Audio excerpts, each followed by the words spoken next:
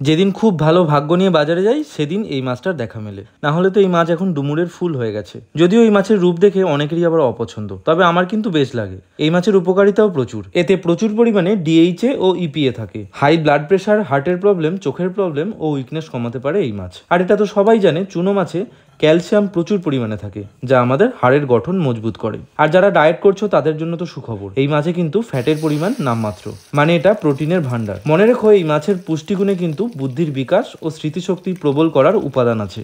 মাছ ভাজা করার রেসিপি তো আমরা সবাই জানি, লবণ হলুদ মাখিয়ে গরম তেলে ছেড়ে দাও, তাহলেই মাছ ভাজা হয়ে যাবে। যদি চাও মাছ ভাজা এমনিই খেতে পারো, কিন্তু আমি পাকাল মাছের রসা বানাবো সর্ষে জিরে দিয়ে। একটা বেশ বড় সাইজের পেঁয়াজ ঝিরিঝিরি করে কেটে গরম তেলে দিয়ে টমেটো, লবণ, হলুদ, লঙ্কা গুঁড়ো দিয়ে কষিয়ে নাও। তারপর বেটে রাখা সর্ষে জিরে দিয়ে কষিয়ে ভাজা মাছগুলো দিয়ে সামান্য জল দাও। লবণের পরিমাণটা বুঝে নিয়ে মিনিট খানেক ফুটিয়ে গ্যাস বন্ধ করে দাও। নামানোর আগে ধনেপাতা দিতে পারো, স্বাদ আরো ভালো হবে। আমার কাছে ধনেপাতার স্টক শেষ, তাই দিতে পারিনি। তারপর আর কি, গরম ভাত আর এই মাছের ঝাল। আচ্ছা, আমি তো এটা প্যাকাল বা পাকাল মাছ নামে চিনি, তোমরা এটাকে কি কি নামে চেনো সেটা কিন্তু কমেন্ট করে জানিও।